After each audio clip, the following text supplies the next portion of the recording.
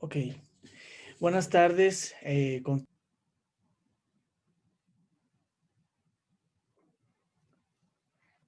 Thank you, everyone, for being in this panel number 17 in this fourth conference on peace building from a gender perspective. Let's now begin with this panel, Actions and Advocacy for University-Based Peace Building. Very interesting panel organized by the Ibero University with the presence of various personalities. Let me give the floor to our academic director to welcome this panel. You have the floor. Yes, good morning, everyone. Good afternoon, depending where you are located. What a pleasure to say a few words to welcome you to this formidable conference, taking advantage of technology to ensure broad, diverse participation of people from different walks of life, different parts of the world. This panel will be talking about the role of universities in two central components, actions and advocacy in terms of peace building. They are articulated, as you know. We have an excellent panel representing the Ibero University. They will be talking about some of the things we are doing at the Ibero University to honor this indispensable role in an increasingly intense manner. Ibero is trying to do many things. One, which is very important, has to do with giving gender perspective a cross-cutting angle at all levels through a complex curricular process we're now implementing. And also introduction on something that is cost-free, and this is a cost-free class for everyone. In the postgraduate program, we have interdisciplinary course on peace building. You will hear about the PhD, which is interdepartmental and critical gender studies, which is also interdisciplinary. In our ongoing education program, gender is a constant. Through our special certificates, we have open dialogues, and we also have a closed offer for different public officials, including security forces. In the last 2 years, we've been working on gender perspective and research with important support of Mrs. Diaz Martinez, who specializes on this. She's about to start the second group of researchers in that institution. Work of incidents in Ibero is also quite intense. Here you have the opportunity of listening to Ernesto Lopez Portillo, who will be talking about citizen security. And we also have Elvia Gonzalez del Pliego, who's organized this meeting. What is the university doing in terms of gender and inclusion? Yes, and we will also hear a search for peace building. Finally, let me tell you that Ibero University is a place where we have zero tolerance and gender violence. This is what our president has decreed. And we'll talk about the national context and gender policies through a protocol and the Committee for Gender Violence. This is what we're going to be hearing from our panelists. We're learning so much from you as well. This will help us improve the dedication and determination of this university to have peace building from a gender perspective. Manuel Lopez Pereira, or Manolo as we know him, will be the coordinator. It's a pleasure introducing him. He's the coordinator of the Critical Gender Studies doctoral program at Ibero, and he works for the education department of the Ibero-Americana University in Mexico City. He teaches education, University of York in the UK, and education development also for the Ibero-Americana University. He did postdoctoral stay at the Complutense University of Madrid, and he's done research on gender sexualities and inclusion in school spaces. His work is on social inclusion, education practices, and collective practices for new family models. That's what he's working on. You have the floor, Manolo. Thank you so much and have a wonderful panel. Thank you so much. Thank you for introducing me. I want to thank the presentation and the presence of each one of the panelists. We're so happy to have you here on Actions and Advocacy for University-Based Peace Building. Mr. Ernesto Lopez Portillo Vargas, coordinator of the Citizen Security Program, Ibero, Mexico City, Tijuana. Michelle Gama Leiva, Luz Maria Estela Medrano, PhD on Gender Studies, and Dr. Elvia Gonzalez de Pion, who is the coordinator of the Gender and Inclusion Program of Ibero University. Let's give the floor to Mr. Ernesto Lopez Portillo Vargas. Transformative knowledge and activities for peace, construction, peace building, and citizen security. He founded the Institute for Security and Democracy at CIDE, and throughout his profession, he's been working on public posts and the academic work and social activism, mainly devoted to citizens' participation and improving police force institutions. Since 2004, he's published many books on these issues and many press articles. He has a blog on Animal Politico portal. Yes, thank you so much, Ernesto. Welcome. You have the floor. Thank you very much. I want to thank the university and special thanks to our Inclusion Gender Program, and congratulations for this enormous event. Let me share my screen with you for my presentation.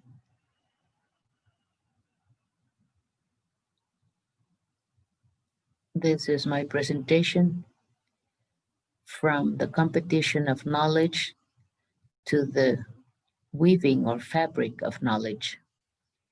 This program was started in 2018. This is the Citizen Security Program with a lot of work and a process of observation, self-observation, listening, learning, and adaptation. With two different processes that had a convergence and then they were giving each other feedback. This is the installation process of the Citizen Security Program, and then also the university web in terms of incidents and Ignatian incidents, contributing to building security, placing people right at the core. That's the reason for this program of citizen security. And the reason for this incidents, Ignatian incidents, and general formation, this includes a solidary, inclusive, and human approach. Citizen security is a paradigm that has to do with identity of origin of the program with a differentiated and specialized attention on risks, damage, and fear, particularly emphasizing most vulnerable populations. Thus, one of its main differentiations of the dehumanizing paradigm of security focused on the use of force, punishment, and imprisonment mainly affects marginalized people and populations. Citizen security gathers prevention, especially community prevention, as one of the most important forms of collective co-production of security. This is our university framework of reference. This is exactly where we situated as part of this university. How we do our work in designation, charismatic characteristics has to do with political, ethical methodology, and this is related to the environment itself, conscience, awareness, solidarity, and justice thinking.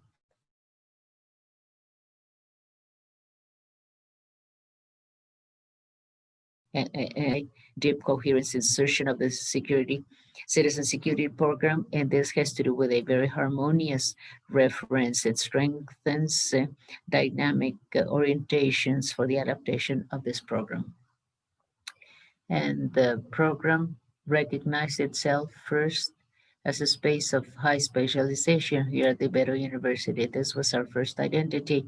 On the other hand, after participating in the planning of all the general directorate, the reinvention of the horizon was ready. This has to do with the sense of the program itself, turning this program into a meeting place, promoting change and social improvements through collective and personal learnings and horizontal dialogue, which is collaborative, diverse, and inclusive dialogue, and the development and implementation of innovative tools, contributing so that the stakeholders are men and women citizens that are active and conscious. And it is also a sensitive space, sensitive to experiences, needs, potentials, demands, and proposals of the university community associated to the construction of environments where citizen security will contribute to the harmonious personal and community development. Our origins date back to 2017 of the final declaration of an event organized by our university here. And in that origin, we gave a name to this tool that has to do with shared vision and the path we're following experimentation through spaces of innovation and the creation of those spaces. The program was installed here at Ibero, and it challenged the hegemonic disciplinary knowledge of security with a convergence challenging of this process with multiple focuses and programs.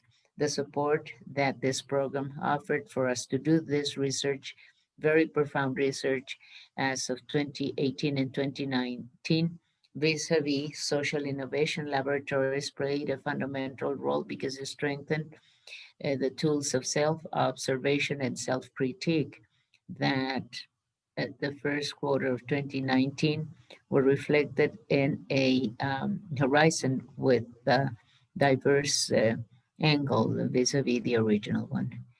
Throughout 2019, this dialogue between the program and the incidents directorate went into a new and deeper phase. Thanks to multiple exercises organized by the General Directorate as of 2018, the program was moving forward and assimilation and appropriation. And this is exactly the learning process we're in. And this has to do with the diverse identity and activities of the directorate, especially university social commitment, cross-cutting approach on human rights, gender, intercultural issues, and the understanding of the training and incidents as part of a recursive process. The program of citizen security, and because of the history of those who founded it and our experience on these issues, it uh, also included something right in the center of our cross-cutting criteria. This is a focus aimed at the construction or the building of evidence. As of the dialogues with the Incidents Directorate and the reorientation of our own priorities associated to the validation of an exploration supported on diverse epistemologies, the program increased its attention on other programs and always trying to get closer to these programs on issues related to migration flows, sustainability, intercultural issues and indigenous affairs, human rights programs, and gender and inclusion program. These programs are right at the center of the priorities of the citizen security program to build collaborative processes that are very deep and long-term vis-a-vis other incidents programs. This has multiple implications and multiple causes and multiple implications as well. Citizen security understood in its conception as something which is more democratic, and this is the result, or it is only possible if at all through multiple knowledge and approximations in this that the international circuit calls multi-dimensionality of the construction of citizen security. But this is related to other programs, and they are a lot more mature than our program, of course, but this is something that has to do with the vision and the construction bottom up and from the margins. What is this? Building mainly with the people affected by violence and that are historically silenced and marginalized vis-a-vis decisions on public policy that reproduce a security model which is hegemonic and which is profoundly destructive, which is the model focused on the use of force and military intervention. The campaigns for citizen security, other voices, and other gazes constitute a first public connection where we got together all the different programs, and this allowed us to see the enormous possibility of interpretations, but also of interventions to reduce violences. This campaign is in YouTube. All the sessions of it are in YouTube. In the citizen security webpage. Once we did this, we went into institutionalizing a perspective which is also exploratory on the political communication strategy for incidence observation and self-observation to build social pedagogic formats that would be helping in the collective understanding of the destructive hegemonic paradigm of security focused on the use of force and military intervention. Two, in the appropriation of an informed and active role of demand of accountability in the reproduction of this paradigm. And three, in the learning and appropriation of tools towards the collective construction of citizen security alternatives. This is the methodology. I wanted to show you this graph to conclude. I want to show you this one first, where at least in a very general fashion, we want to show you the types of explorations we're now doing. We are exploring things that set aside the idea that the disciplinary knowledge, which has been hegemonic in the construction of security policies, we found in disciplinary knowledge together with us to give space to knowledge, a disciplinary knowledge for the construction of cycles that you can see here, where collectively we identify needs, we develop analysis, we have groupings, we systematize this, we do research, we build prototypes in the so-called prototype laboratories. We test them, we have feedback, we have definitions, and thus successively in the different mechanisms that break away from hegemony, which is vertical hegemony of disciplinary knowledge. And on the other hand, we're proposing processes of horizontality in the construction of alternatives for security policies. It's important to emphasize that the paradigm, the so predominant and harmful paradigm of security is built top bottom, especially to help reproduction of institutions themselves and to protect interests of elites, that is, of those institutions. One of the panels of the campaign for security, panel one, where we talked about systemic crisis of security, various participants characterized in a very profound manner the way in which security has been instrumentalized for purposes of protecting interests of those who have the privileges and against the interests and rights of the large majorities, especially marginalized majorities of the population. Let me give you an example. Yesterday, for instance, an event where authorities of two states of Mexico, Guerrero and Michoacan, spoke about their performance, and they said that they have good coordinating activities, that they share intelligence, and that they have efficient collaboration. Well, those two states as the entire country, show levels close to 90% of impunity of violent homicides. And those two states also show levels of violence close to the level of El Salvador, which is the most homicide violent country right now. Why can an authority say they're doing things right, regardless of what citizens are experiencing, feeling, and thinking every day? Well, because that's the hegemonic security paradigm. And this is the type of work we're doing to dismantle the idea that authorities may do their self-assessment and do their self-reproduction regardless of what people they are supposed to be serving think through those policies and regardless of what the populations, the silenced and marginalized people think. I close this set aside. I'm about to finish. These quotes that I wanted to share with you. We're all experts in experience. We're all experts in what happens to us.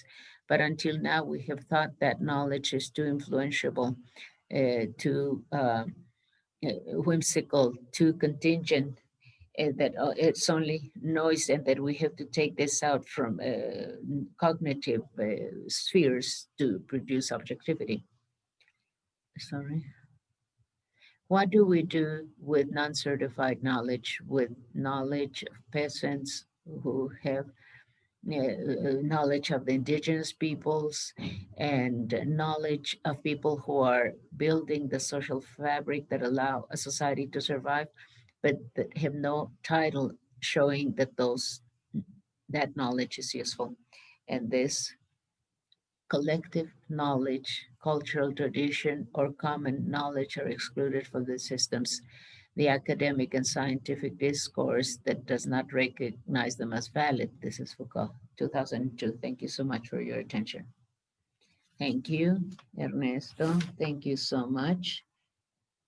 And this explanation of the citizen security program and also the building of evidence, and this is your main focus. This is very important in the work you do through the participation of citizens and communities. Thank you, Ernesto. At the end of the panels, we're going to have a question and answer period. So you can start writing your questions in the YouTube chat or Zoom. Thank you so much. Now, Dr. Elena Varela, who represents academic security, teaches at the Social Political Science Department of Ibero. She will talk about the incidents of the General Committee for the Peacebuilding activities in the university life. She has a BA in Geography and History, Complutense University of Madrid. She did her master's degree in Social Sciences in the Advanced Study Center, and she has a PhD in Political Science and Social Anthropology, University Autonomous of Madrid. She's a researcher and an academic, and she has different publications in different fora and also at the international level. She does research on issues related to political changes and democracy, the role of women in political social processes. In her recent publications, we have coordination with Juan Luis Hernandez, and they've written about the outraged Mexicans and the pre-presidential experience and also border issues and gender violence. And this is something she has done with different universities, the case of the Autonomous University of Guanajuato. Welcome.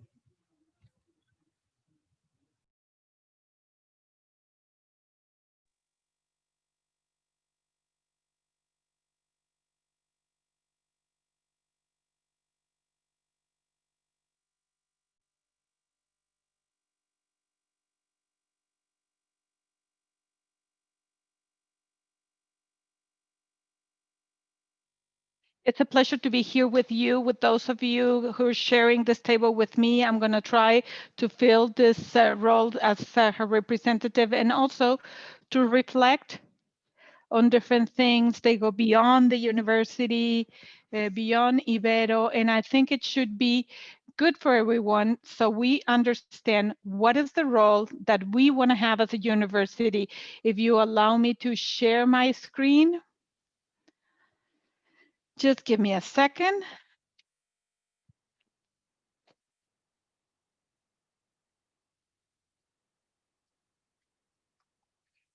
It's kind of hard to find this sometimes.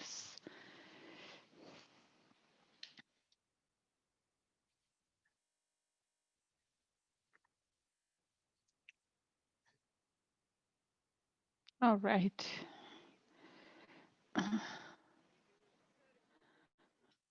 Let me start to think when I was invited to reflect on this about the incidence of the Committee on Gender for the peace building at the university. I want to go way beyond, but at the end of the day, I want to take on the role of Iberoamericana, Universidad Iberoamericana, but I want to start with a reflection, a lot more general and with some images.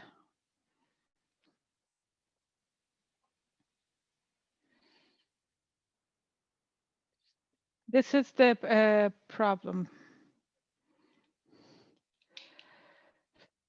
Remember, when we were able to go to the university in March 10 to 17, right before the pandemic, right before we were confined at Iberoamericana University, we had the experience of all of this. There's the walls. This really left so much for us.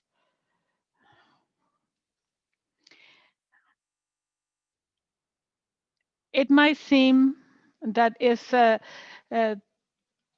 university is a space for violence, and at the end is a reflection of society. Because when the walls at the university were filled of narratives of history that were saying that the universities are not safe spaces, when our students spend most of the day, and however this is not a safe space, I don't feel it's a safe space for them. Back then I was taking a sabbatical, then I would go to the university, and I remember that a lot of people would approach me and they were concerned, and they would tell me that they were using this type of mechanisms to fill out complaints, and that they were exposing people to defamation. And it was very difficult in the way that this was said. Oh, no, this is not the way. This is not the way. And they were so concerned for those, for the names that were being published. However, one thing that caught my attention is that the people that were closer to me, my colleagues that with whom we are because of gender violence, we know that nobody approached us with the strength that everybody had done with the vulnerability of people. Concerned or upset, saying, how could we have violence in the university? We're moved to be honorable, that a person is honorable, but we're not moved by insults, by humiliation, by the injury, the pain of hundreds of women at the university. We're not moved to read a phrase like one that says, next time don't be such a whore. And that was written on our walls. And we're not moved because it seems to be like those experiences are normalized. And that's why they're kind of invisible or idealized. It's not so serious. We should not give it so much importance. But that's what happened. You know, this is to expose that violence. So we're going to institutional mechanisms. These are not institutional mechanisms, only one initiatives of the students at the university, but these are women that are screaming out, their lungs, that they were appealing to us and to the authorities to act in front of the violence that is lived in our society and at our university. And this is such an important thing. The students, and there's a study that is really interesting, students in general at the different universities do not trust the authorities. They do not trust their own university. That is why they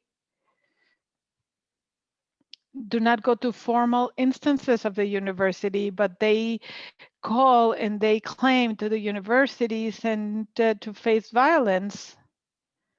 And that's why, as a university, we should state what are we doing in order to achieve spaces that are free of violence. There are two paths, and I'm just going to say this clearly. There are two paths about what to do in front of violence. One, I think, that has been the dominating one for decades and years at the universities, to ignore them and make believe nothing's happening. In the best case scenario, to idealize violence.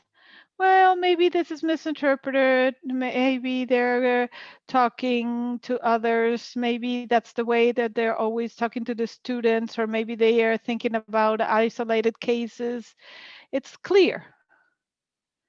So this is an isolated case. We need to deal with it that way, and that's that.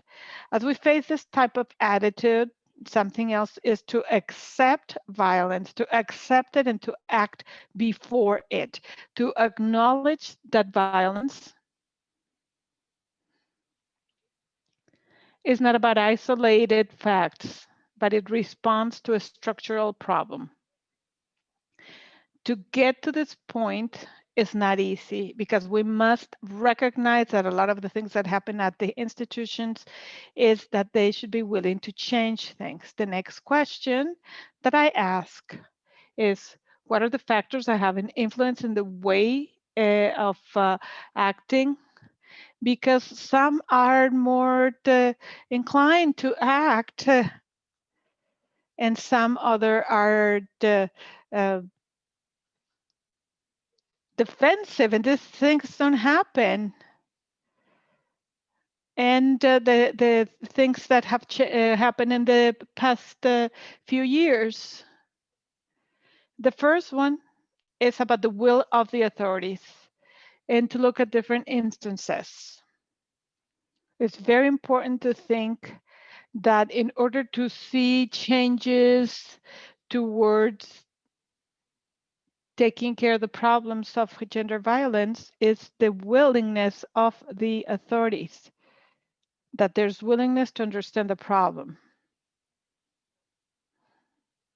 to act in front of the problem, and that those authorities cooperate in front of different instances. In this cooperation, what's truth is that not always this is going to happen, but what's truth is that many universities still do not follow and understand this willingness. And another factor is important and is decisive, that has pushed sometimes things forcefully, that is the pressure by the students, which have allowed to make the problems visible with the use of the networks, even with traditional media. I think it's fundamental what the students have done. We can discuss the means, but this has been basic to make the problems visible, problems that have been hiding for years and that is completely invisible. In order to see how the universities have acted, and then we would jump to Iberoamericana University to go from that strategy to go, this is not my problem, or at the university they don't have these problems, or these are isolated cases, to go into acknowledgement of what's behind gender violence. One of the things that, has demanded a long learning. It's not easy to accept what it means, gender violence as an institution, as authorities. Sometimes there might be mistakes we have been learning along the way, and I include Universidad Iberoamericana. It's not that they know what to do from the first day, from day one, but it has been learning to try to face the problem. Let me share with you research that I've done. Is not updated. We would need to go over it. But in 2018,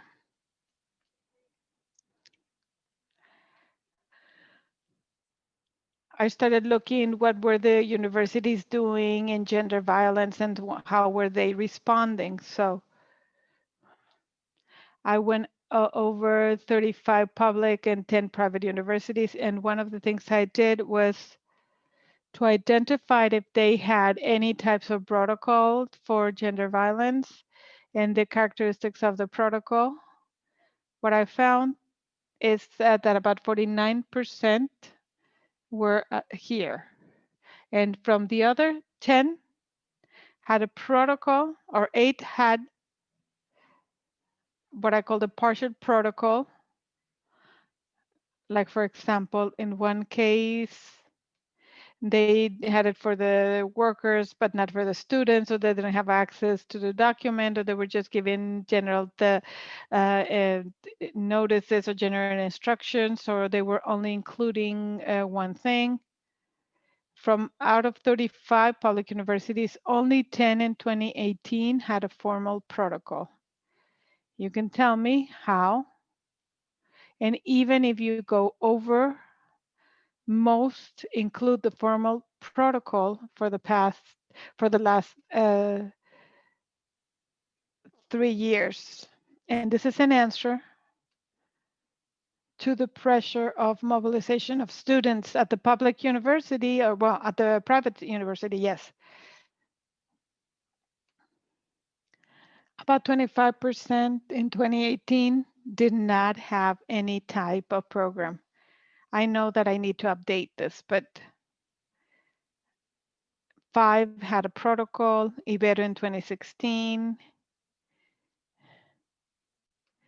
Tech in 2017, and also in 2018. Once again, there's a concentration of how the universities have acted when there's mobilization. Another topic that I looked into, and this takes us to the basic topic about the role of gender committees, is responsible to take care of this. Well, some already had the protocol. And this meant that it seemed to be no formal instance responsible of taking care of the complaints because of gender violence. And those who did have the protocol, it was only 4 public universities and 2 private, defined the figure of gender committee as a specific figure to take care of gender violence. At UNAM, they talk about the office of the attorney of the general counsel, but even at the universities who do have this specific situation, not always they had this defined how the words going to be defined and what are going to be the characteristics. But it's important, all of these committees. Here, the thing is, none of the complaints by the students is that if it's not clear with respect to who's going to take care of this, we run the risk of having discretionality problems. There have been complaints by the students, and whoever is researching, whoever is looking into this, is people close to those that are involved. those that are accused of gender violence. And therefore, they go into topics about conflict of interest and impartiality. And this is very severe, very serious, because there's lack of trust that we see in the students at large towards the formal mechanisms to take care of gender violence. Another problem that is identified, and that's why as an instance that is acknowledged, is that if it's just in the hands of the Office of University Rights or hands of the committee, that it's an ad hoc committee, probably they go into a lack of training and that they end up researching gender perspective. This is one of the things that happened, like in the case of the University of Guanajuato, that I researched Human Rights Commission in order to look that those that were researching had no training in gender perspective. So it was difficult to look at what they were reporting. So why gender committees are important? Because they allow us to acknowledge the violence. They allow us to be the institutional answer, not to anything else, not for the students, but from the institution, a response in front of gender violence. It allows for the university to assume that it must acknowledge this violence without making anything else invisible. And it takes us clearly to this idea. Let's understand what are the gender committees. And I insist the importance when we are building peace. But what is not the gender committee? What is gender? It's not about putting good people with bad people. It's not about other things and that the men are bad and women are good. No, no, no, no, no, no, no. It's not about breaking down the university community. On the contrary, we're trying to bring everybody together. We're not trying to bring hatred and try to point fingers. No, that has to be clear. Otherwise, we run the risk of misinterpreting the role that we have here. But if we don't do this, it's not about killing the committee by itself. It's not going to finish. It's not going to end violence. It's not going to end violence because we're taking care of certain cases, but violence is a structural problem that needs a lot more than what the committee does, because it needs prevention actions. We have strategies to generate equality. So this is a lot more comprehensive. So we can't wait that because we have a general committee, we're not going to have any problems. No, no, no, no, no. So it's the institutional response to this. It's a space where we can listen. It's about believing. I believe in you. It's, yes, this violence exists. It allows us to acknowledge this at the university and to understand that this is not because there's somebody bad that is exercising violence, but that this is based in other things that allow this happening. The gender committee allows the person that is hurt that to be protected by the institution. It's not something that the students report and they say, oh, nobody helped me. But what we want is for them to feel that there's an institutional instance that is geared to be with them in the process. So it ends up being an instance of construction of peace. This is not an easy path. We have made mistakes. And we at least try to perfect things. I think the best example, but how we try to learn and improve is that all of this for gender prevention that was published in 2016 and with 2 reviews, 2016 and 2020. This protocol is accompanied by other figures from 2014 with Diego David Fernandez Dávalos. Said at the beginning, we need the will of the authorities, and I think it was decided to create the Office of University Rights for the creation of a program of gender and inclusion in order to develop an institutional policy of equality and gender equity. Within all of these institutional policies, we have this protocol, and this protocol with a committee of care for gender violence at the university, comprised by the head, that is 3 academics from different disciplines, and that's so important. 2 external, and from the legal area, 2 professionals from the technical secretariat, and 3 assistants. So what is the logic of the committee? 1 is to work in an interdisciplinary manner with the support of the legal department, Manuel from education, Michelle from the other department.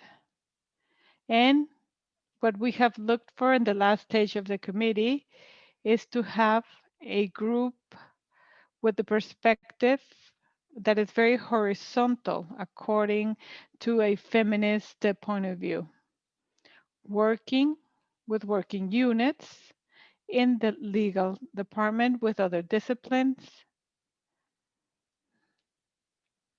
while all the investigation is being done. The mission is there. This is what is being established, what we're defined on, to protect victims and to sanction whoever is responsible from gender violence, and institutional mechanism. One of the things that we share is that I believe you, to assume that there is in this part, but with the acknowledgement of a series of rights in the procedures where we can listen to the person that was injured, but also to the person that was involved. There's treatment with respect, protection to information, to personal integrity, to due process, the right of not be judged, to the principles that rule us. But there's a series of things that are so important for us to make it visible, the violence, to listen and give the voice to those who have not had it, not to be paternalists, but to walk with them, to act next to the violence, and to look for justice. I think I'm out of time. I don't have a watch, I'm sorry.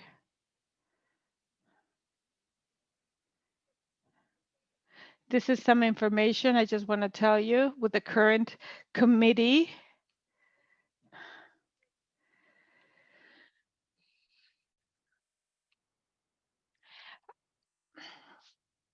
Some information.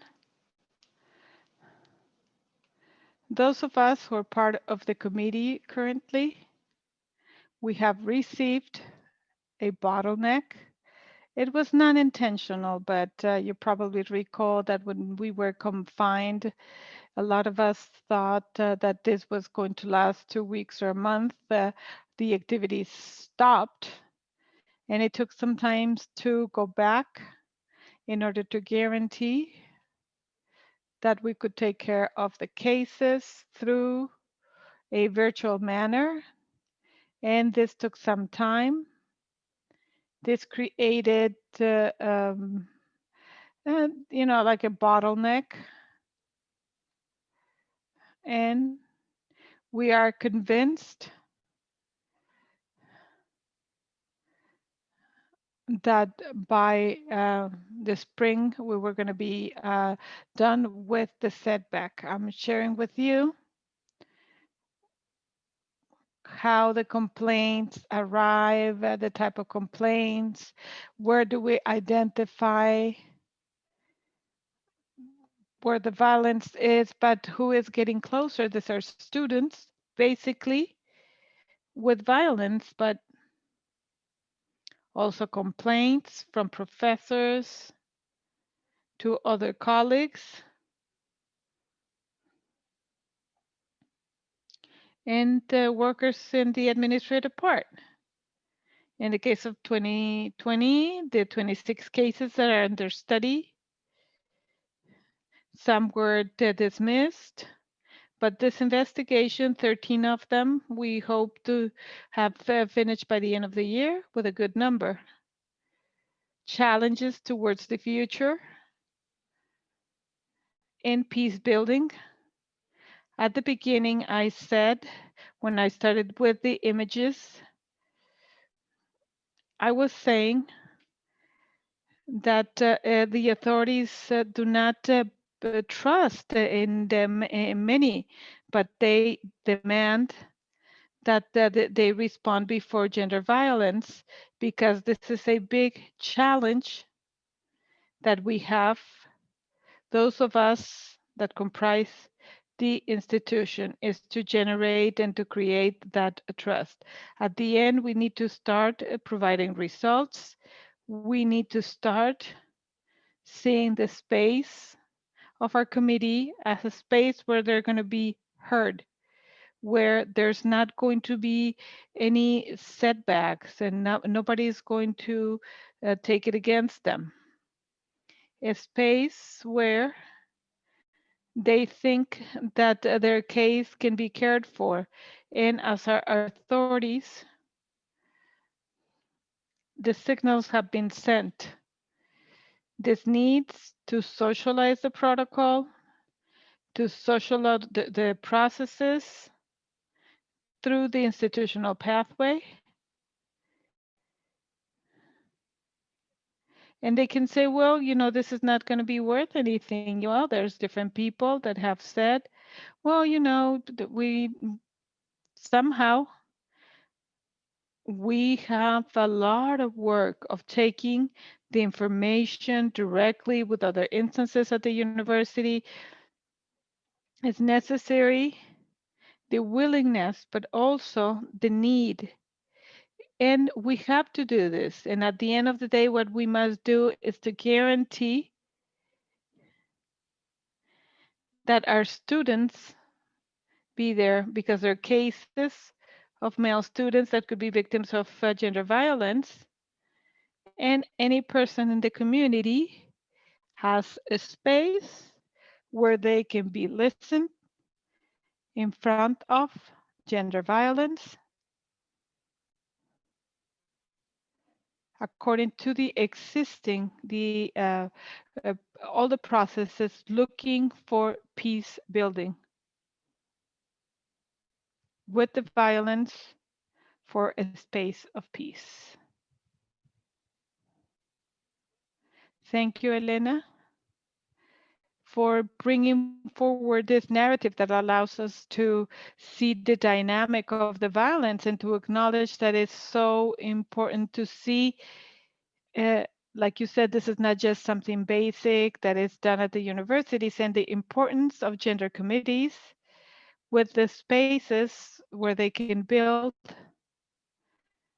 other type of space with no violence is a huge challenge. And in order to move on and follow up on what you just mentioned, there's work by Dr. Elvia Gonzalez del Pliego, huge, that goes hand in hand with the work that is being done in making visible the narrative of the university processes. Elvia is going to be showing contribution for peace building with gender perspective from Ibero, Mexico City. Dr.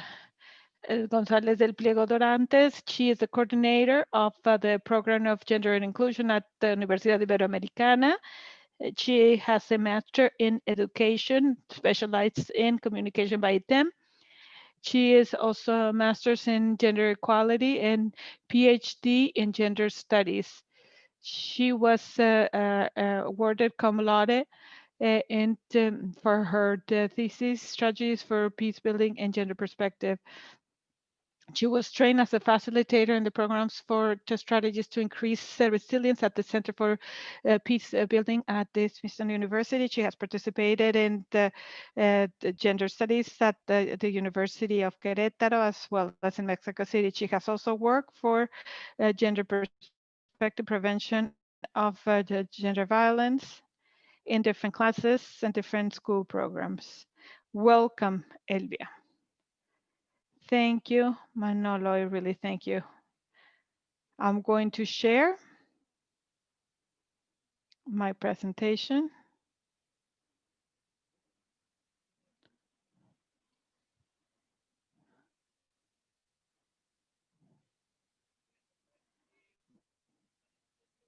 For us, the program of gender and inclusion, we consider that this is a story of political will and commitment. This political will and commitment in favor of peace building starts in 2015 with the program of gendered affairs, gender and inclusion, from a professor that from whom I have a quote. If our biggest obligation as Christians is to show that it's possible to move forward in building a more pacific and solidary country. To bring more context, I want to quote Dr. Carmen Magallon that says to talk about peace means that it's polyvalent because it can be used in different circumstances, areas, individual, family, national, international, and it's plastic because it adapts to the diversity of situations in conflict resolutions as well as violence. Peace building to me is coming to agreements that help for transformation of complex actions for the prevention and not repetition of violence. And this is a little bit about what Dr. Elena Varela was talking about. And Dr. Elena Varela has talked that dialogue and respect to human rights, access to justice, the use of restorative justice, if the victim decides to do so, among others, all of this is basic in gender perspective and feminist.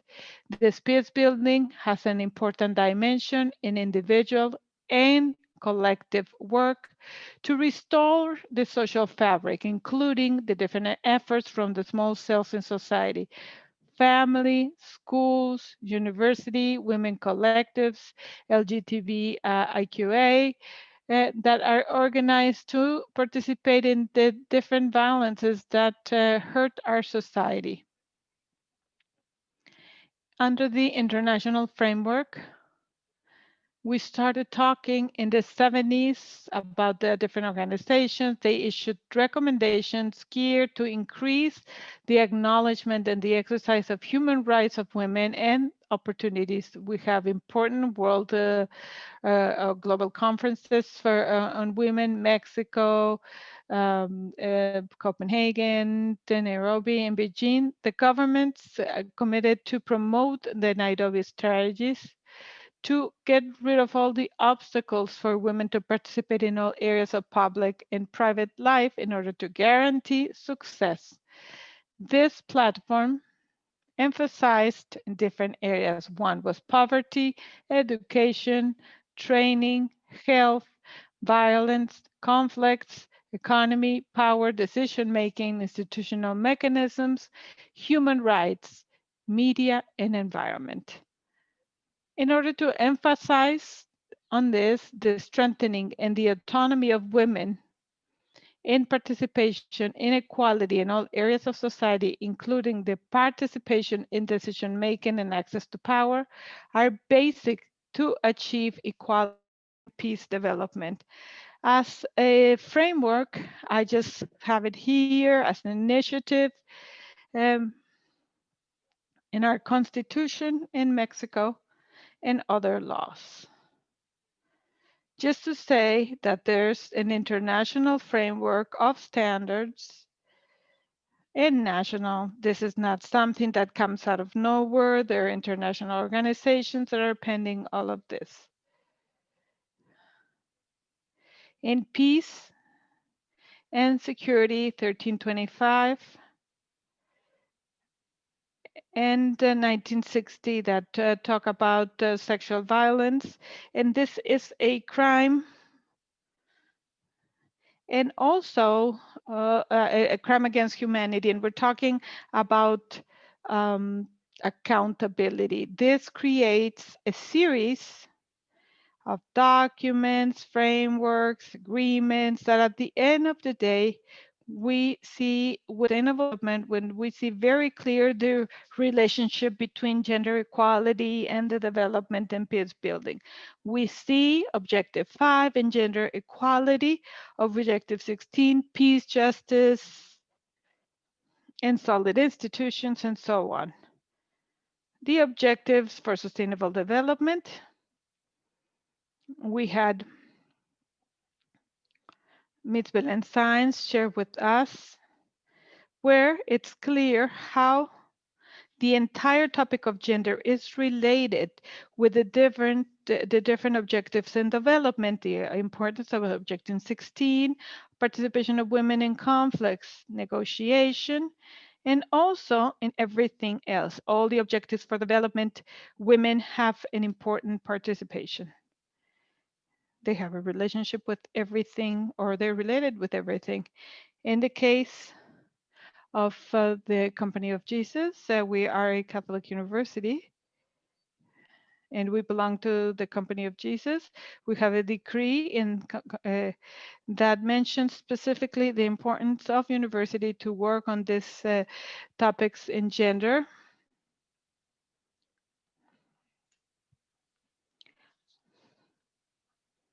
Focus on equality.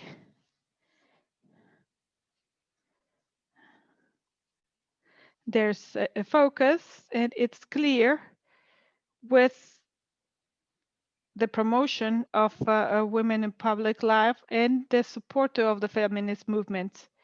We also have Decree 1 of CG 36 talking about being able to overcome obstacles in our case. This is ignorance by the gender ideology, discrimination, macho ideas, misogynist ideas, and to me would be obstacles that would not allow us to get to that dialogue. What happens with all of this? I mentioned this because it's clear what is happening internationally, why the entire Congress. We have seen that women, peace and security, we have not been able for women to participate in negotiations. What is happening with security? It looks that we're more militarized and that affects us, but also the importance that beyond all of this, we're talking about gender, peace, and security. Why is this happening if we have all these legal frameworks, agreements, laws? What is happening? From my point of view, what's macro starts with micro.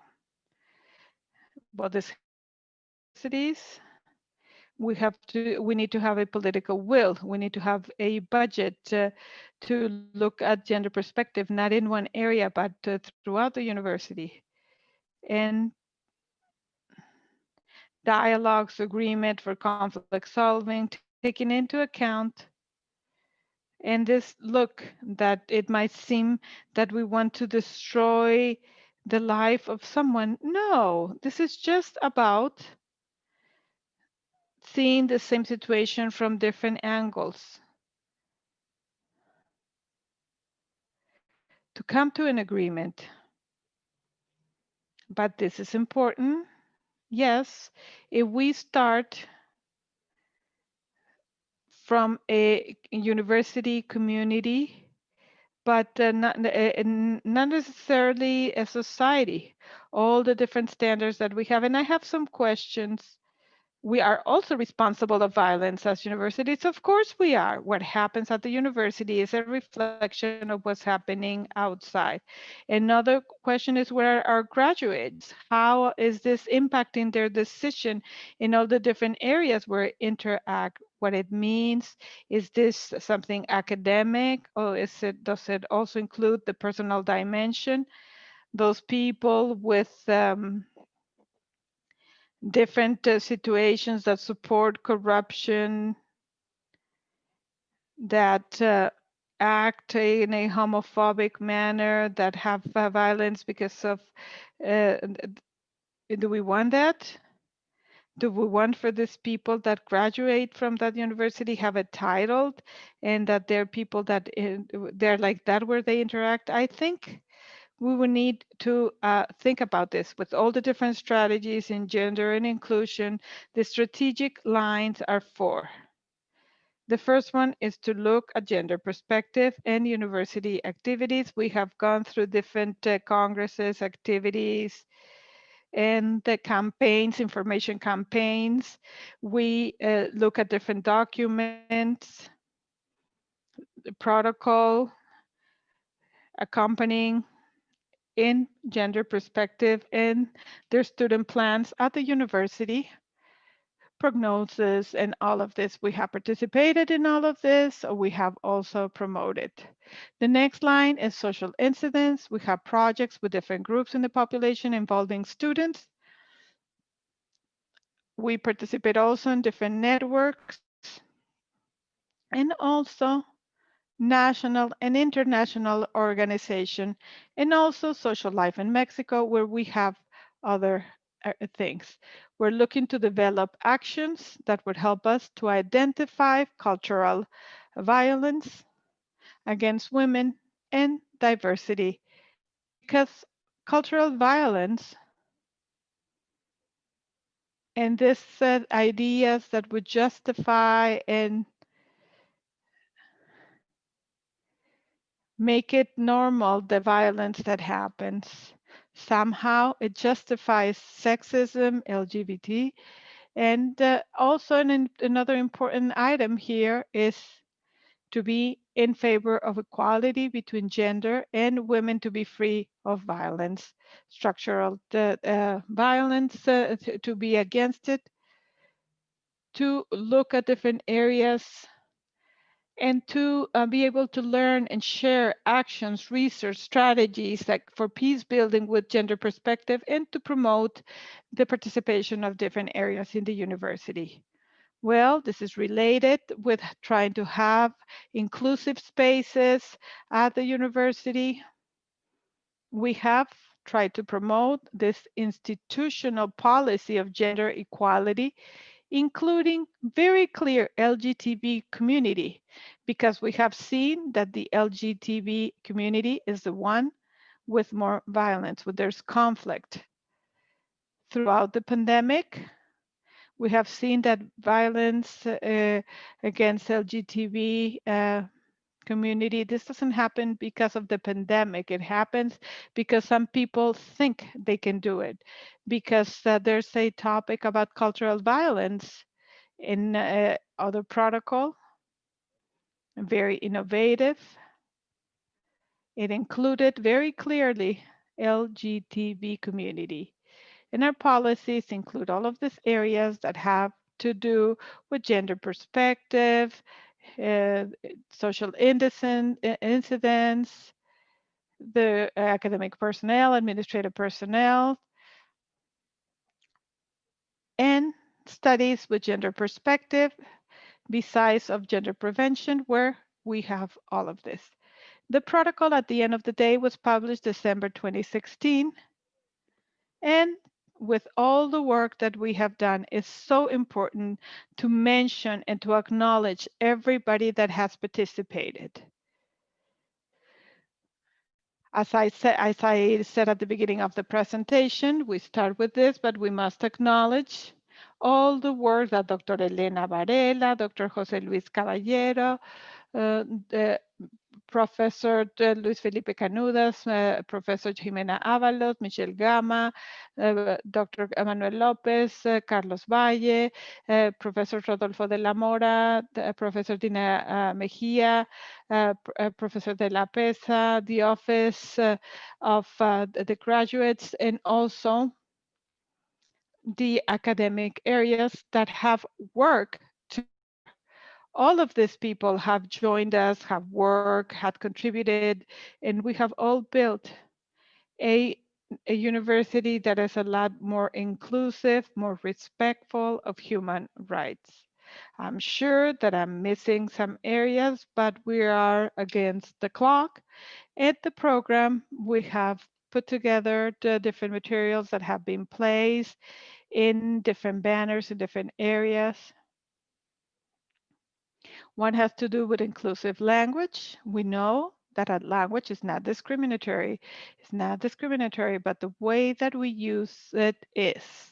So we have tried to learn how to use the wealth of our language in favor of the inclusion and gender equality. We have put together materials, we have promoted classes. We have placed the violence meter to identify direct violence, and we have placed this in banners in different areas at the university.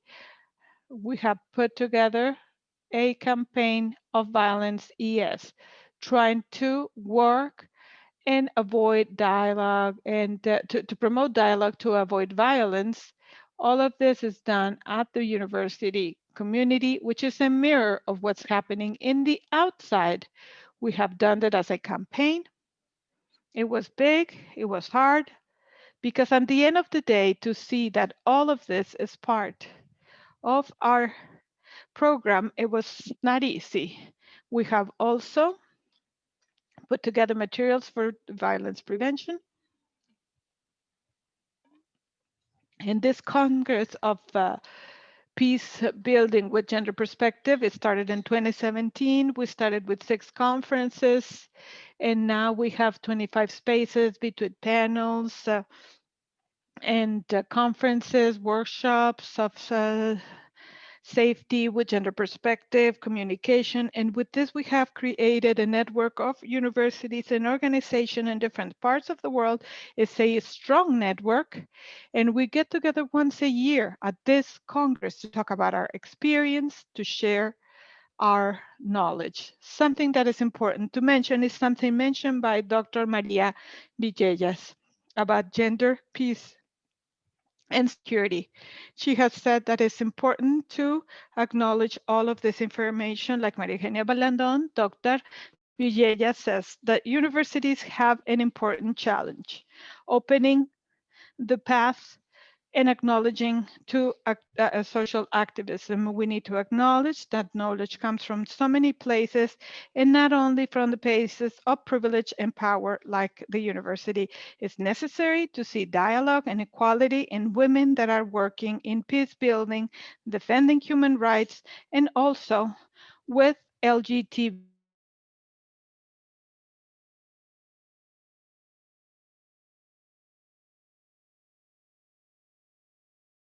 together, to acknowledge and to learn together all of this. This is something that we think is extremely important in gender and inclusion, and that we have tried to promote with this Congress in order to bring our university all these topics, all these problems, because we consider, as I said before, that the universities are training people. People have and make decisions. We are responsible about how our graduates are doing. Where are they? In which areas are they working? How are they acting socially and professionally?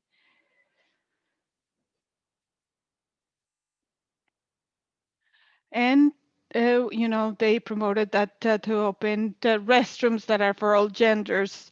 And you know, in the Agenda 2030, this is good. And in social incidents, we have all the equipment and everything to help this library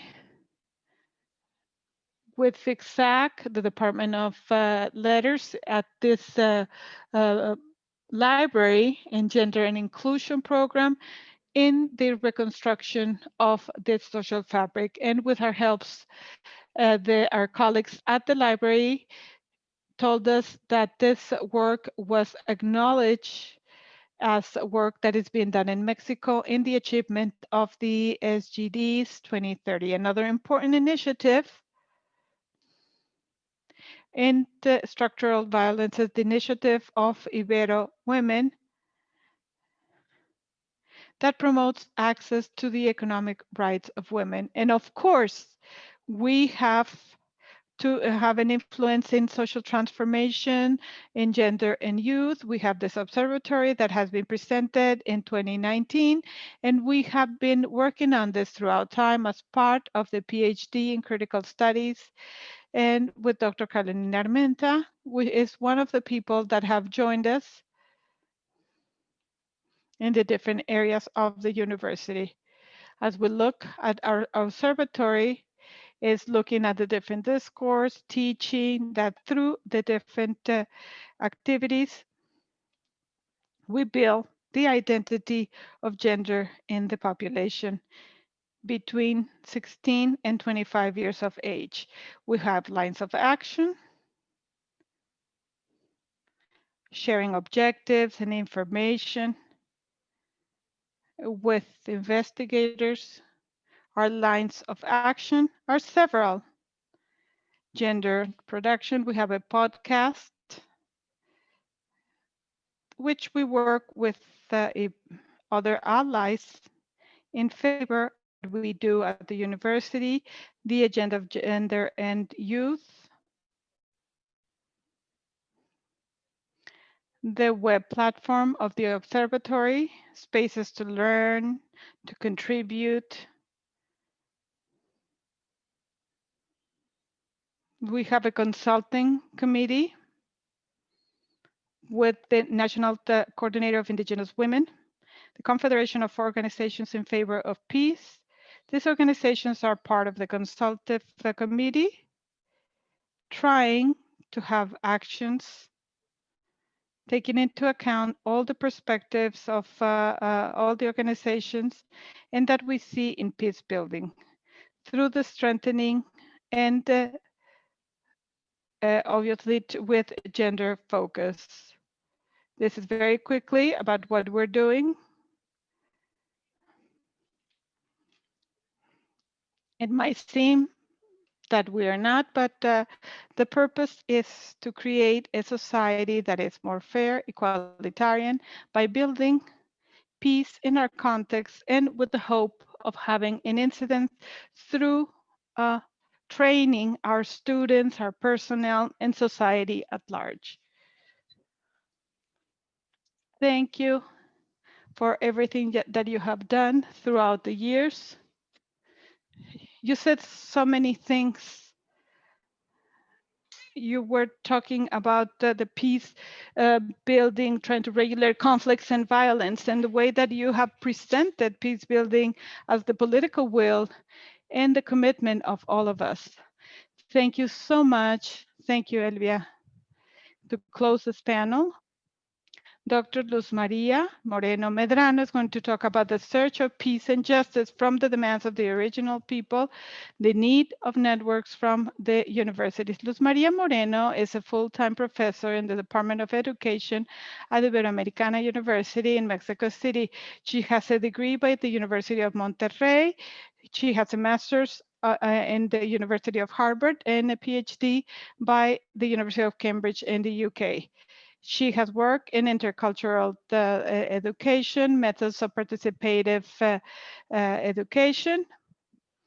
She had a degree in teaching at Ibero in times of the pandemic, a look at the originary people financed by CONACYT as part of a network to build different things in social collective. She has published the intercultural focus at Iberoamericana University in Mexico City, advances and challenges with educational justice. Welcome, Luzma. Thank you so much, Manolo. Thanks to my colleagues with whom I share this panel. This has been very interesting to be able to reflect so deeply in gender violence, that's no question.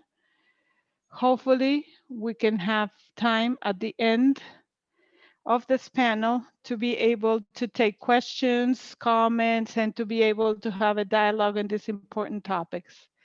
What I want to share with you is the search to try to see these topics that are so important at the university, and that the teams that work in gender have shown us the path. This is about interculturality. I want to share with you from a project and from my own place what we have been working from the Department of Education, that are this search to collaborate between the academic and specific demands of the original people and everything that it means to the universities.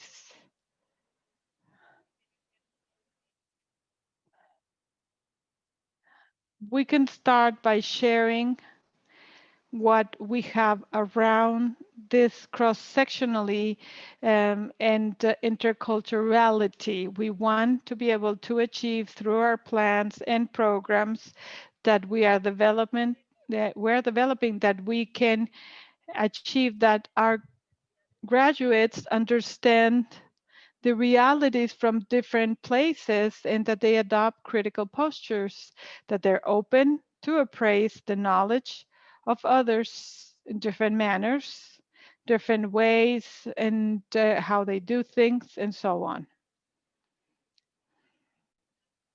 We want to train them so they learn with the social cultural groups, that they're involved and they walk in social transformation processes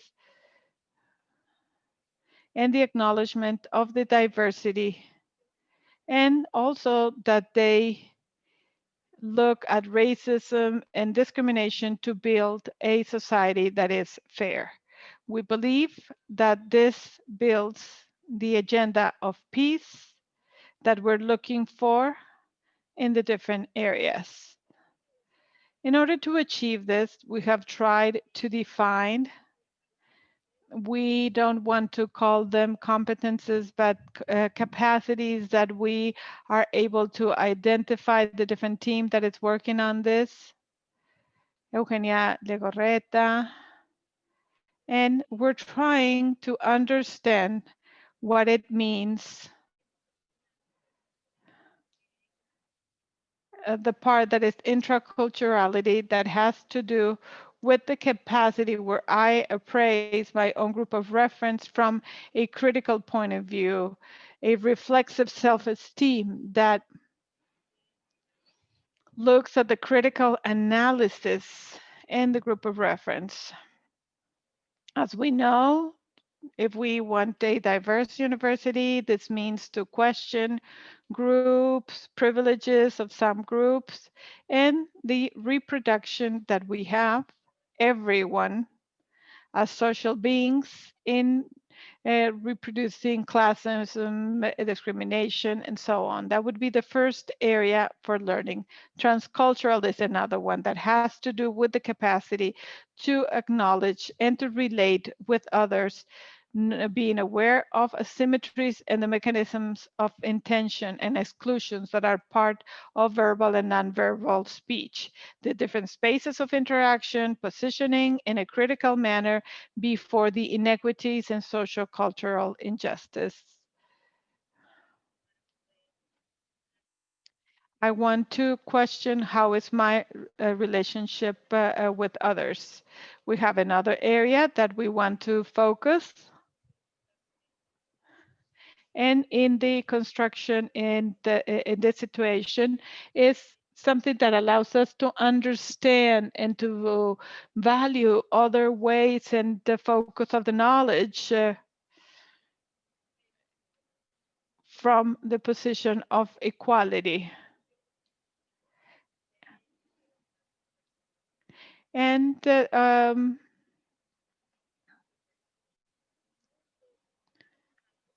from the highest point is to be able to get intra and intercultural incidents in favor of the rights, demands, political, social, environmental, and linguistic from the groups and subalternate populations.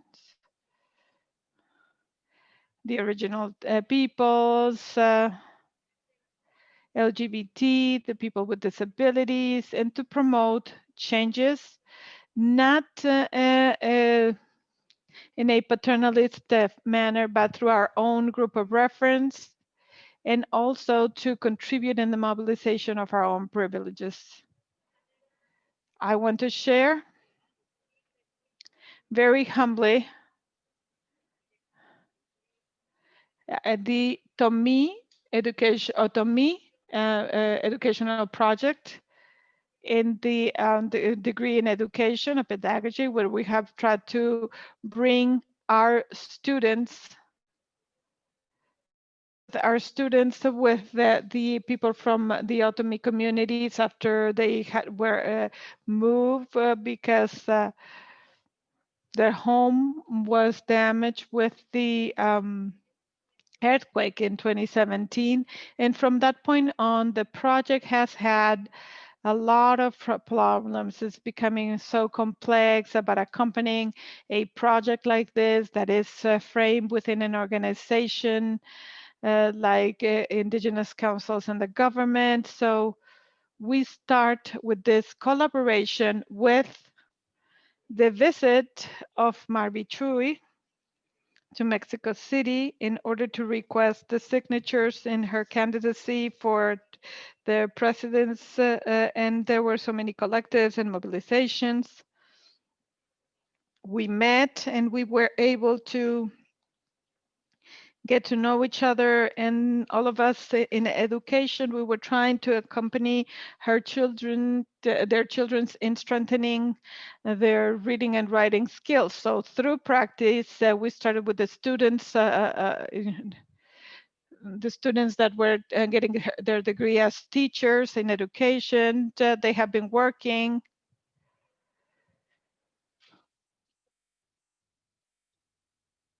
We have a lot of volunteers.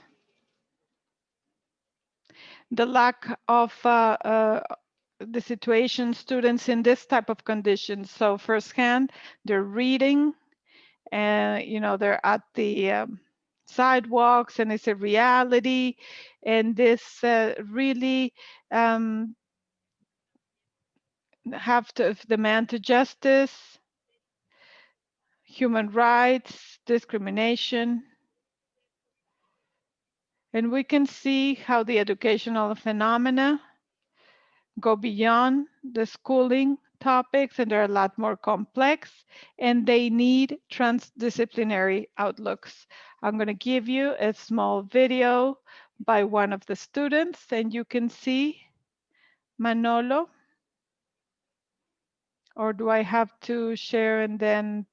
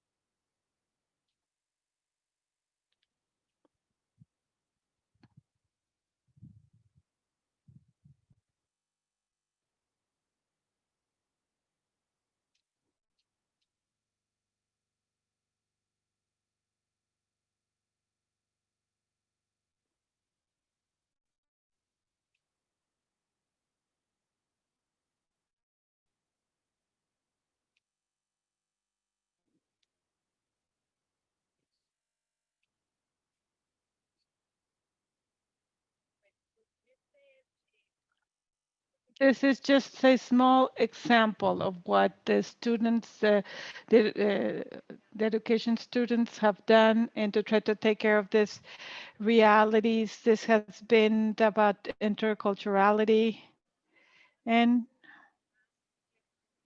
it became even more complex when March 8 arrived.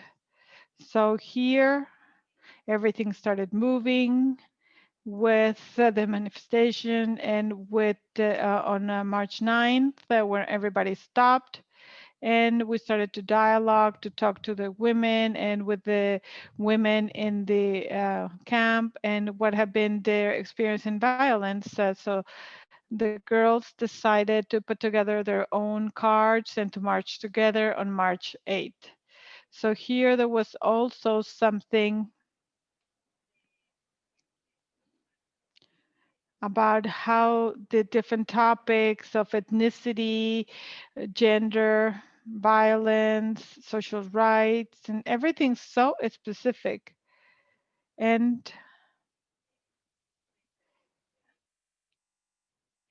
we were looking from the group from Ibero. A lot of us went to this manifestation, so we were asked to participate with the community, with the Otomi community on that day. It's important to mention group in Mexico City. They're organized as part of the Indigenous Council of the government, and also with other social collectives. The pandemic arrives, then things become even more complicated, as we well know. It has become more visible in a dramatic manner.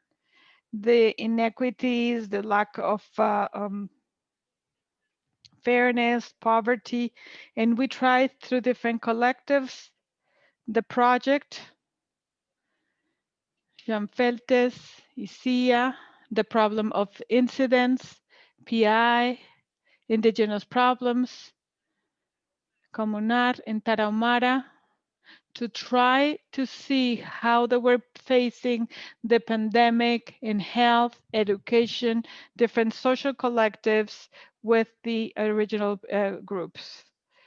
This has represented a huge challenge because this was the networks of knowledge that basically was to have resources throughout 2 months to spend the money and to be able to deliver results in 2 months. Everything fast, everything express. As we know, we have faced a lot of bureaucratic um, topics, very huge, and this is one of the challenges that we have as we work with the collectives, because we're not used as universities to deal with this type of projects. So all of a sudden the system falls down and you can say, well, we need to for you to be reported as vendors, to see, to travel 1.5 hours to get a document from the bank that is so easy for us to download it from the internet and to scan it to the university authorities or the per diem of the university expenses every day for the work. Tell me in which hotel you stayed, the bills from the restaurant. And, I took some groceries to thank people from welcoming them at their home. And sometimes you cannot even get a tax deductible bill. And sometimes we have the need to be transparent with the use of the resources, with the institutions, when we're in the eye of the storm, with everything that is happening at the federal government and that we are under surveillance all the time. But how much can we be flexible and to understand that the economies work in a different manner? And we can bring them closer to the realities, because the pandemic, to work from their own ways, from their own forms. Unitierra is working, trying to recover the traditional medicine in a wonderful manner. Their workshops where they're trying to understand how things work. this cross-sectionality of knowledge around Ayurveda, to homeopathy, to traditional knowledge of the original peoples. There has been a production of knowledge that is very, very interesting in Tarahumara. We have seen so far that it's not about the pandemic. That's not the hardest thing in health, but droughts, for example, and about how the children arrive, the children that are outside and they come and they visit their parents. And there's no way to support a family that is so big in a situation like this. And like this, there have been so many other learning activities that are deep, that are interesting. And I could tell you so many things, but I hope that we have on the page the results of the project very soon. But in Mexico City, we had to use screens and tablets because we couldn't bring the students to camp. So we have been able to work, distance work, with the girls, and the students have done a wonderful effort, and the girls also, in order to achieve this process is to continue in teaching them to read and write. Why? Women were organized and the government is not listening, and they decided to take on the facilities of the National Institute of Indigenous Funds, and this has been very hard movement, very interesting, frustrating, and it has an information bias that is strong for 15 days, where no means of information were saying what was happening, the demands. They wanted to talk to the authorities. The authorities would arrive from the government to try to talk to them, and they were asking questions that for the last 20 years the authorities know. What are you doing here, and what do you want? So this has been a process and frustration that is huge to have a meeting last week, and they started having this dialogue tables.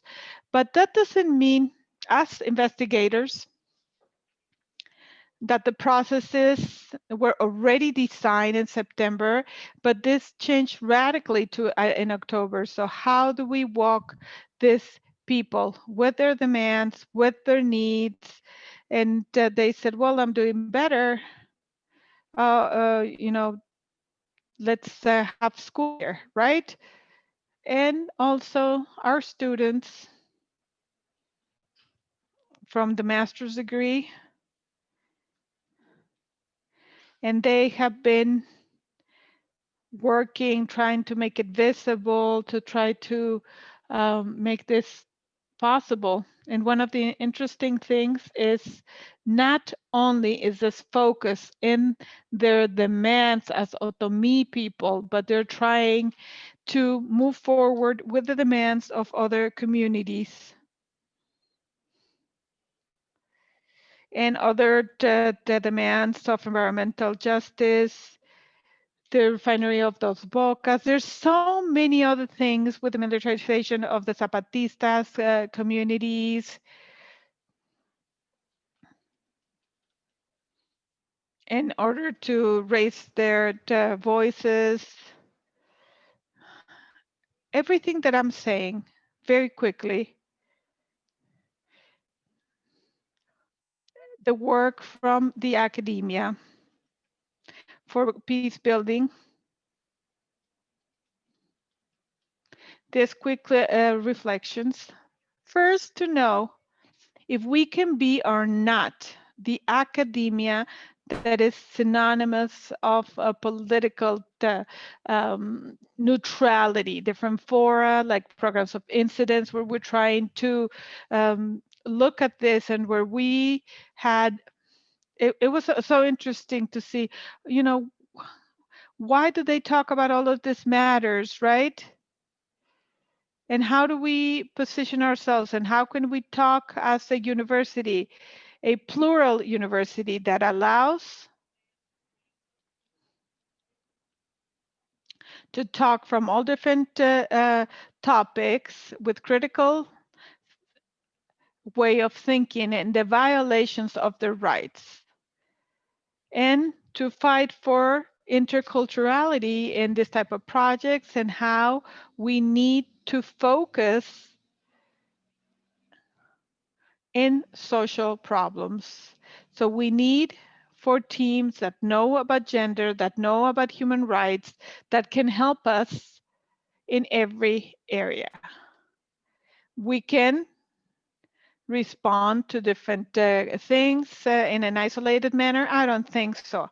It has been insufficient, and without the help, without horizontal exchange, it's not possible.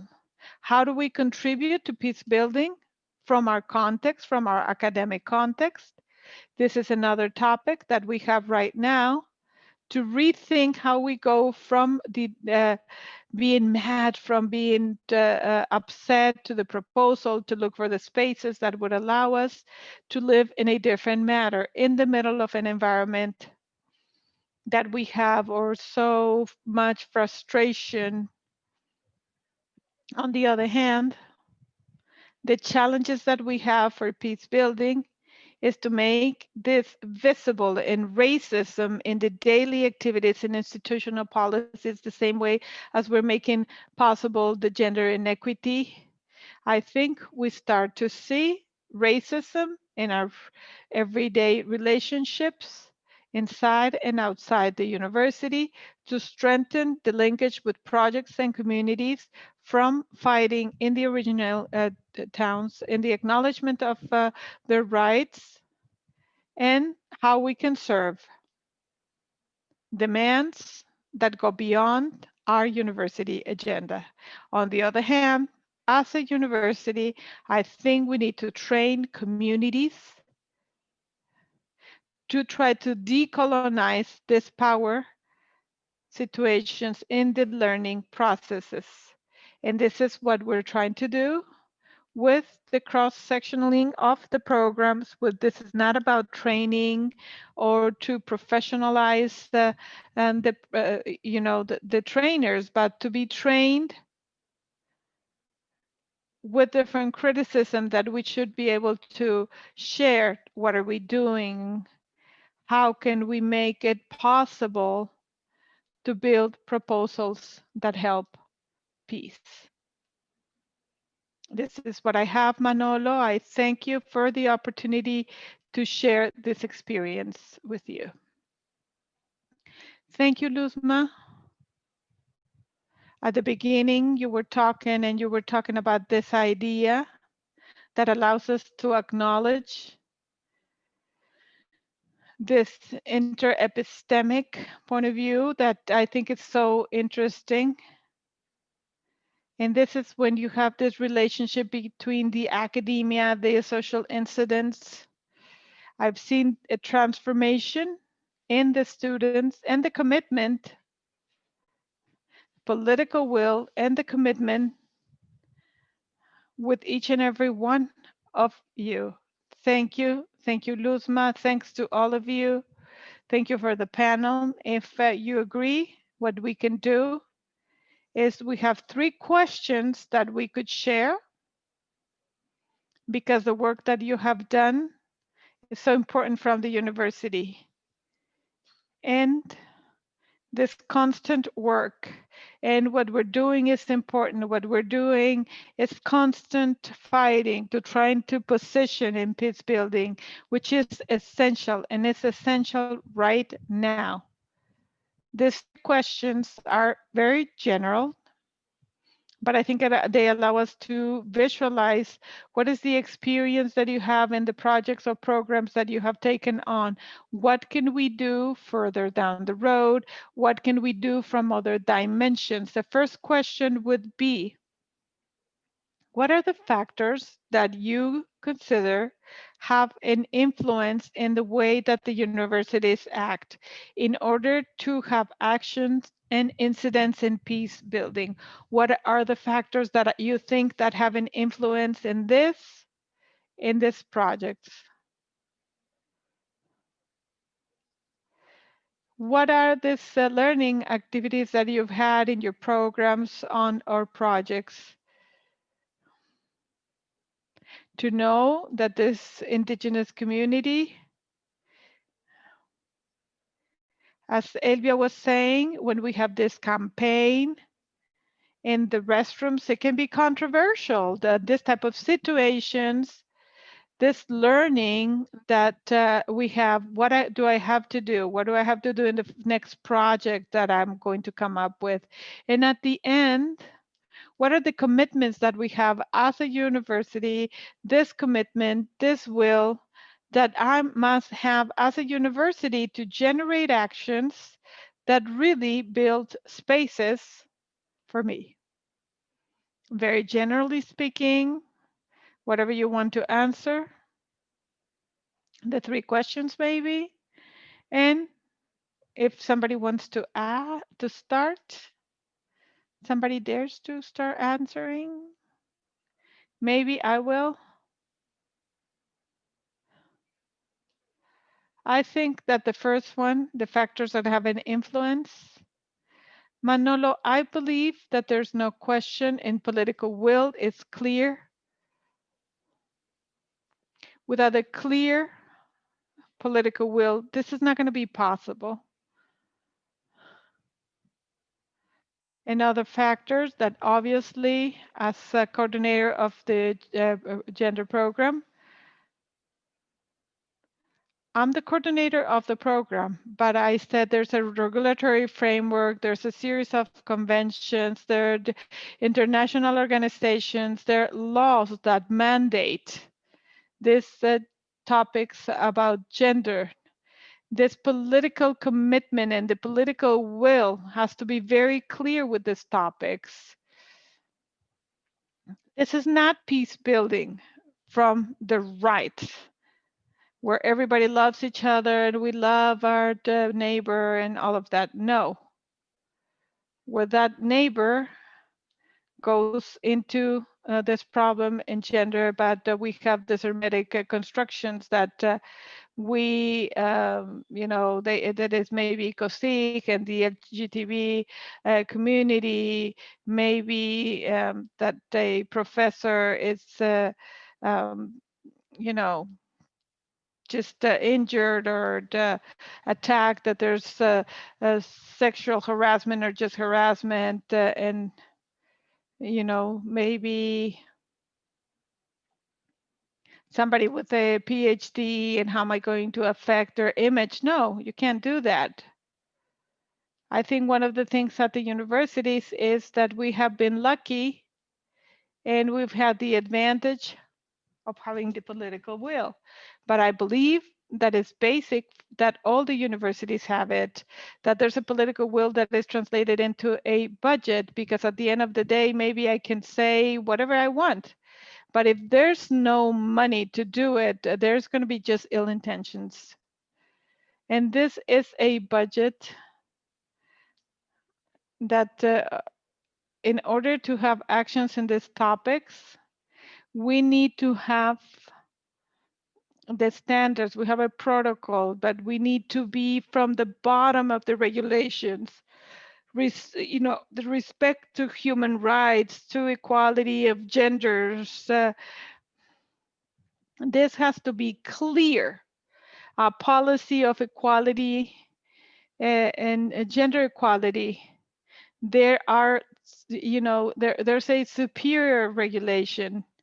And of course, to talk about violence, everything, and to be able to build all these looks of privilege, of thinking that my knowledge, because so I come from this university, or maybe I have PhDs, oh, I'm the bee's knees. No, then, you know, whatever somebody else that has, that is out in the field, you know, that I know more. No, I believe, you know, maybe I talk about the, you know, being very straight and forward with things, and I don't act that way, then I make no sense, right?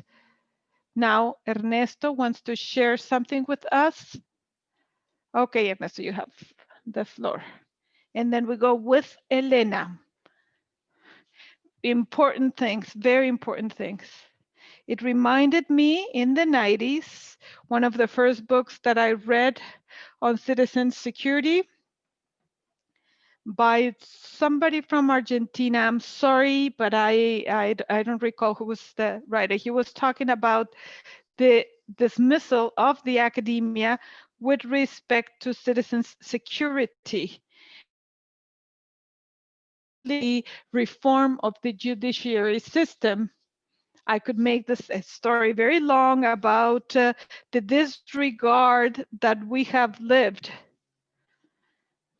from the application of methodologies accepted in the academia, how we try to promote in a democratic manner with respect to security.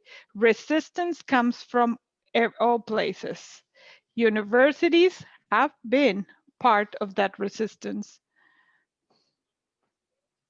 Universities, at least in this topic, have been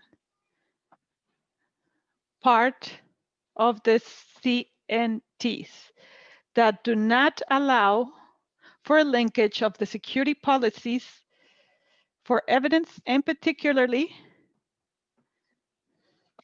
rationality in human rights.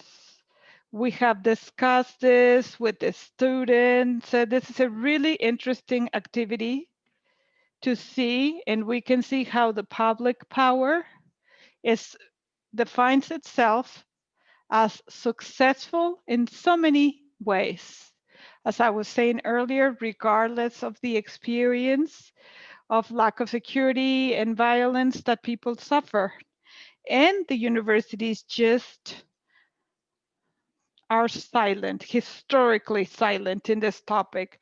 When a university decides to do two things, one, to link the security policies to evidence, and number two, to give a voice to the people, to the groups that historically have been silenced, at that point, the university is building a disruptive approach in front of the authoritarian paradigm.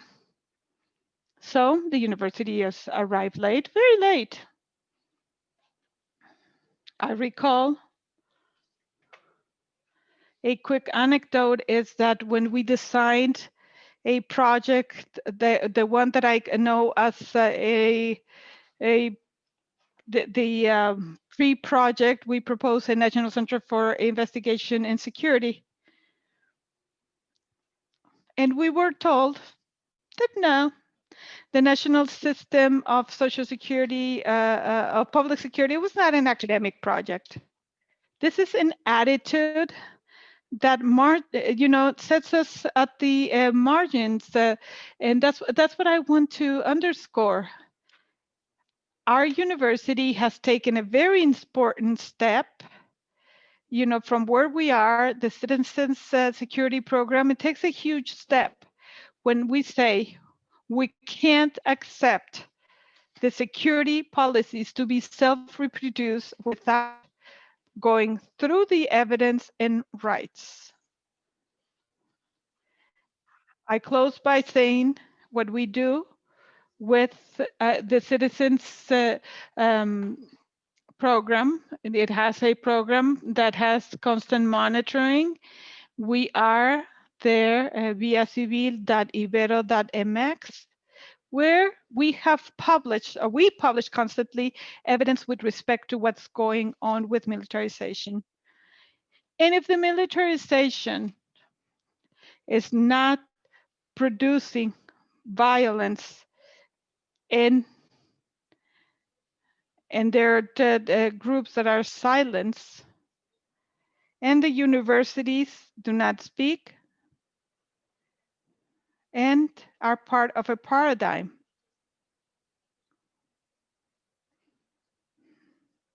This is part of the universities with a crisis. And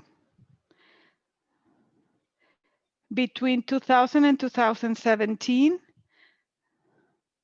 the biggest curve of growth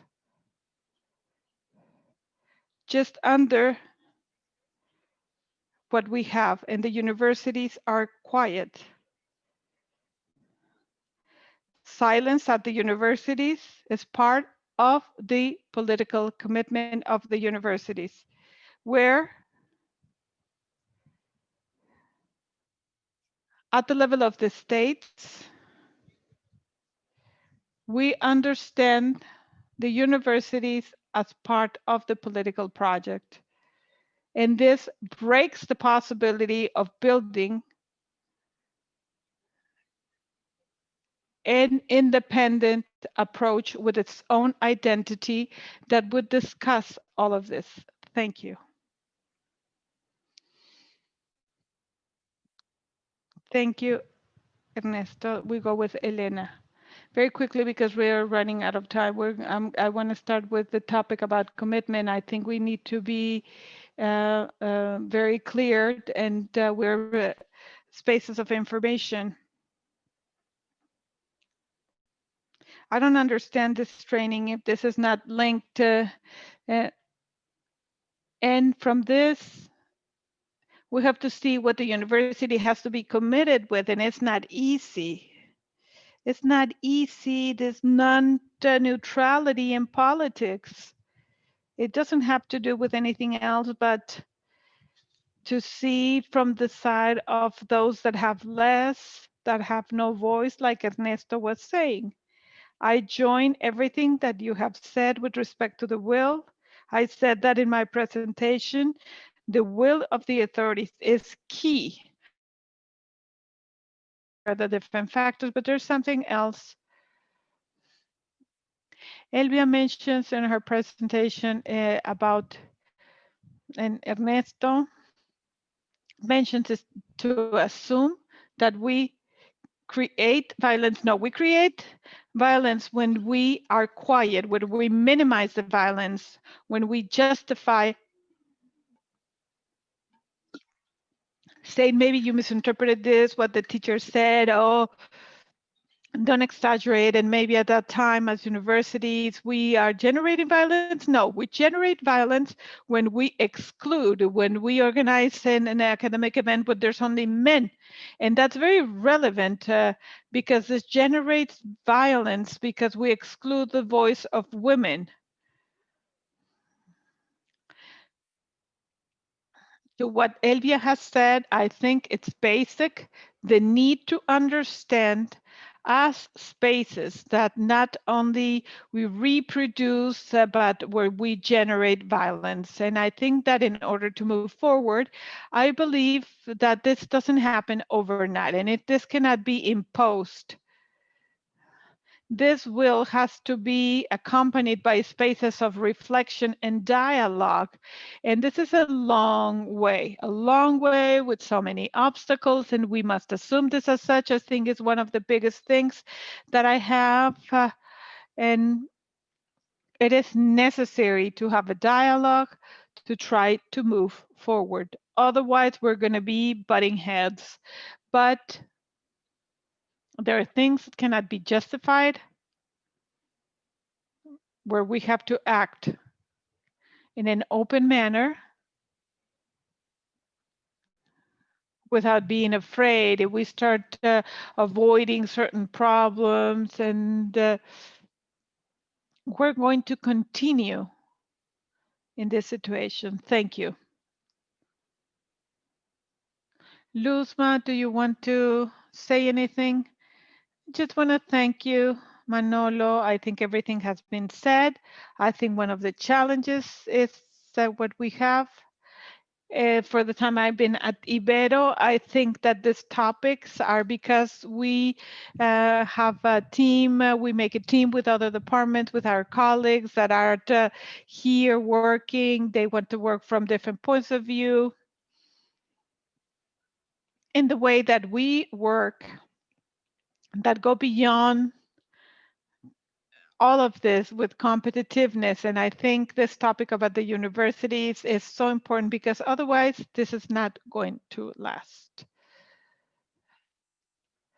Thank you, Elvia and Ernesto. I wanted to participate with you in your comments, but time is cruel and doesn't allow us. But we have a lot of commitments, a lot of political will, and I want to thank you for your time and for sharing the experience. Thank you so much.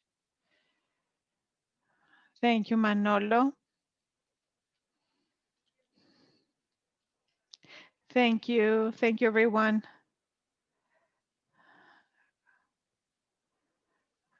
Do you want to mention anything about the following panel? Yes.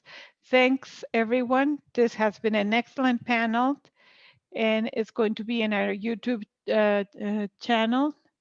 Thanks to all the participants, Ernesto, Elena, Luz Maria, Elvia, and Manuel. And we continue at 4 p.m. with a conversation building patriarchy. And this is organized by another group. And thank you so much. And we're going to be here later on. See you later.